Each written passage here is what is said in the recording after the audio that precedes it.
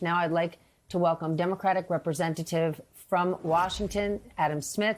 He's a Democratic ranking member of the House Armed Services Committee. I'm going to take a deep breath, Congressman, because there's a lot to talk about today, none of which is good news. First, I just want to get your thoughts about these horrible tragedies taking place in Minnesota early today. Well, it's terrifying. I mean, it is a direct threat to our representative democracy. And we've seen an increase, certainly in violent rhetoric, but also in acts of violence. And I think everyone needs to be more careful about the rhetoric they use and to condemn all of this. But, and I'm sorry, President Trump, uses some of the worst rhetoric out there, and also pardoning all of the January 6th attackers of the U.S. Capitol just sends the wrong message on this. We need to universally condemn political violence, whether it's coming from the right or the left. And frankly, I have not seen that from the Trump administration. He mused openly about pardoning the people who had attempted to kidnap the governor of Michigan. That creates an atmosphere of impunity that I think doesn't help what is already a very volatile situation.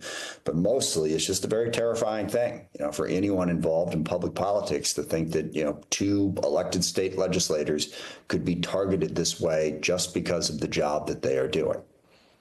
But that's specifically what I want to ask you about, because it was just 2 days ago at that press conference in Los Angeles, Homeland Security Secretary Kristi Noem declared that federal troops are in California. They're in Los Angeles. I want to make sure I get it right.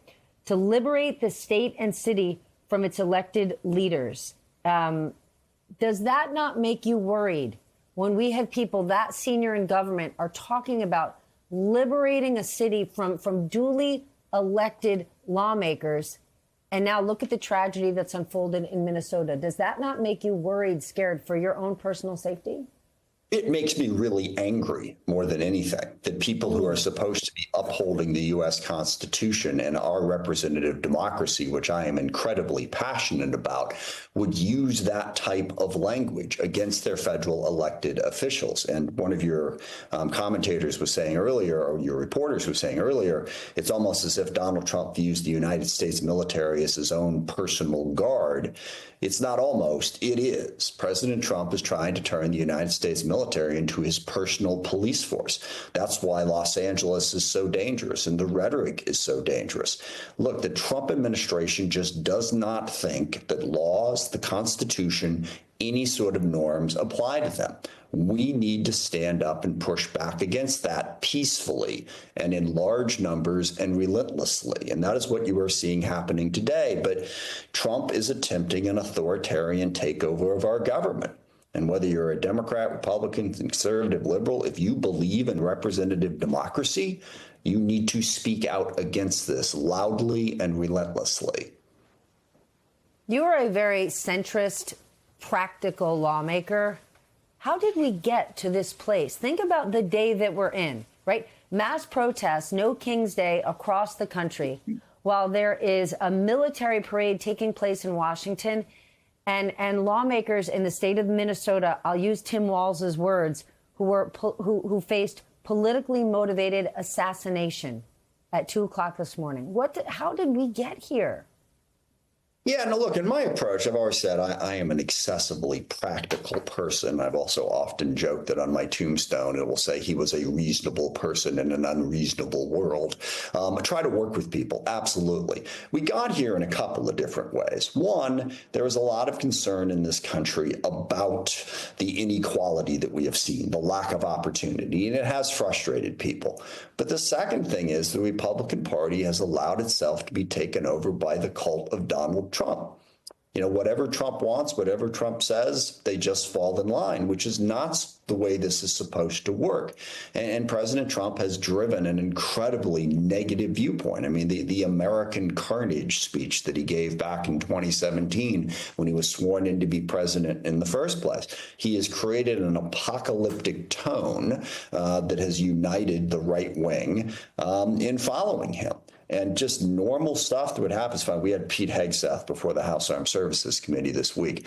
I gave a very impassioned opening statement about things I disagreed with. A number of my Democratic colleagues gave very strong statements on a wide range of issues, the politicization of the military, certainly Pete Hegseth's mistakes in the Signalgate controversy. And what really struck me about that 5-hour hearing is Pete Hegseth looked back at us like he couldn't have possibly cared less anything that we had to say.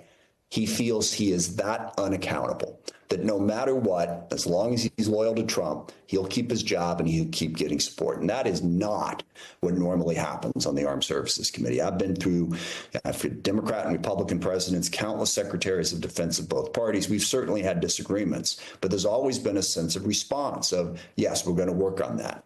You know, he just looked like he didn't care, because he knew Trump would back him up no matter what. That's not the way our country is supposed to function. Whether you're a conservative, a liberal, Democrat, Republican, this isn't a partisan issue. It's about accountability and the rule of law. It's not normal, but it's where we are. So where do we go from here? Yep.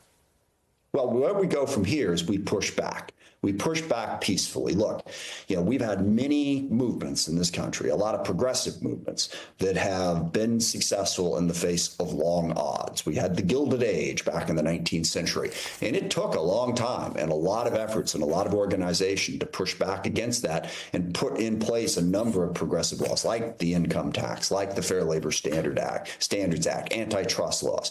The New Deal made a huge difference to the American people. The Great Society during Lyndon Johnson's era gave us Medicare, Medicaid, the Civil Rights Act. All of that happened because of what the images that you're showing on your screen right now, because people rose up and made the case to go in a different direction, not violently, but peacefully, relentlessly, and in large numbers. That's what has to happen. And we have to grow the group of people who are supporting us. You know, we can clearly say that a lot of people who voted for Trump did not vote for people being disappeared off our streets by masked men who do not identify themselves and sent to prisons in places like El Salvador and Libya. They didn't vote for that. They didn't vote for that type of overreach from the federal government. They didn't vote for a tariff policy that's sinking our economy. They didn't vote for what Donald Trump is doing. We have to make that case, grow the number of people who are willing to stand up against him, push back and create a better future, and also offer that better future. And I think we're starting to see that happening. Congressman, thank you so much for joining us this afternoon. I appreciate it. Thanks, Stephanie. I appreciate the chance.